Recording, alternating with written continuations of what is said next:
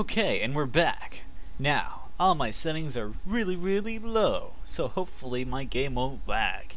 I actually tried to do a Warband Let's Play a long time ago, but unfortunately, it lagged way too much in the campaign screen. Will it change by now? I don't know. We'll see. So, gonna load up one of my old games. Not this one. Let's do... Sadiq of the Serenade Sultanate. So you can kind of see the new things in the game. Hey look, it's really ugly. And... oh. I appear to be in prison. Sadiq did not do so well in his campaign. Somehow, he was in prison with his entire army, and they let him all go. Hell yeah. So, this is the same exact thing, but I'm gonna try and show you all the new things. You'll notice there's a whole bunch of different little armor that looks really crappy because like I said, my textures are really low. And the essence of fraps. And which is odd because in the first Mountain Blade game, I could actually run fraps with decent graphics, but it just doesn't like it. I don't know why. So Sadiq is an awesome warrior that uses a bow. And I try to name him after that little saying that the people in the medieval Total War II advisor free game, when they, like, every time they talk to you when you're a Middle Eastern country, they'd be like, la la la la, Sadiq, Sadiq, and that's what they'd say the entire game. So as we are a quote-unquote Middle Eastern country, look at all that pretty desert. Yeah, it looks so deserty, doesn't it? Yeah. Well, actually, it looks a lot better, but my graphics are terrible. So, as our hero Sadiq has already been lost, I cannot... oh, there he is. Let's see his allegiances. The yellow people are the Serenade Sultanate, and if you realize, they decided to go ahead and change the colors. Why? I don't know. But this is the Kingdom of Rhodoks. Green used to be Vagar, but they decided to give it to Rhodok, which used to be teal. So, let's just forget all the colors in the first game, Paradox Interactive, and let's just go with your new color scheme. Green, Kingdom of Rhodoks. Yellow, Serenade Sultanate. The desert people. Kurgat, the purple people. They managed to keep their color. Medieval biker gang. They're still the same exact people, whatever. Okay. Orange people, they managed to also keep their color, and they are the Praven, the Swadia, there we go, Swadia. The pretty much official knight people, Kingdom of Swadia.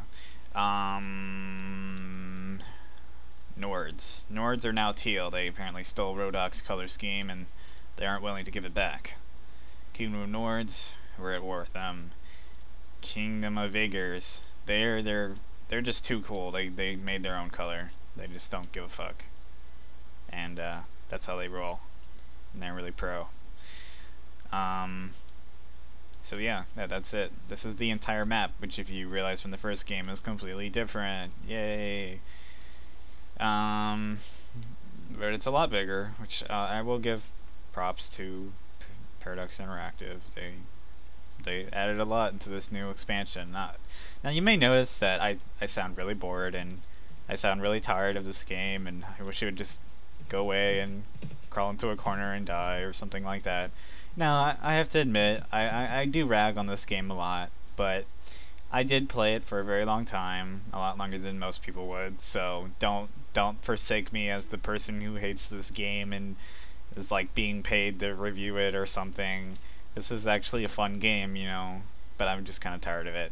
So I'm going to do a Let's Play of it, and then just get it done with forever and install it on my computer and just wait until they make something newer and better.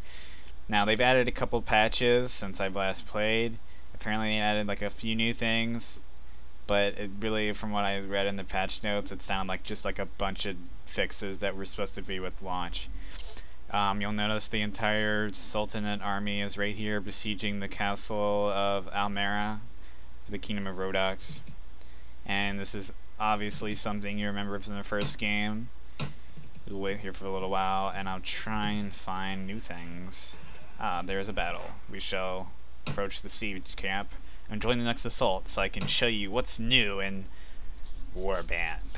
At least in-game in an actual battle, where I don't have to deal with multiplayer people just suddenly owning me with their amazing non-latent powers. So, first thing, new animations. That's always nice. A little more realistic.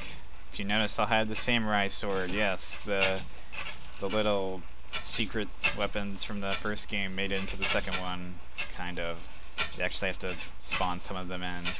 But they still exist, so don't worry if you're like one of those otaku people that couldn't live without your samurai sword, even though in real life it actually sucks compared to the actual broadswords. But anyways, the shield actually protects you from arrows in real time, which is really nice, because that's how it should have been in the first game.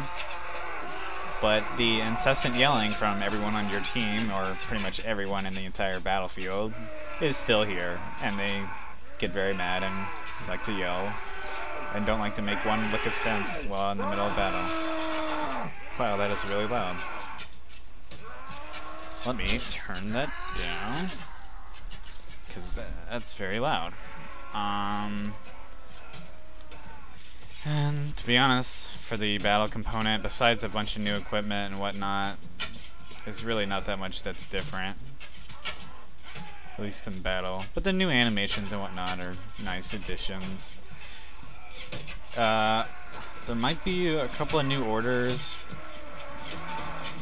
Oh yeah, you get like a little menu now for holy shit, just got hit by an arrow. A new little menu for actually telling your people what you want them to do. Do they like to follow it exactly? Not particularly, but at least it's better than nothing, right? You had this in the first game, but it was kind of like you just had to know what it was. They made it a little more convenient for you by giving you this little menu.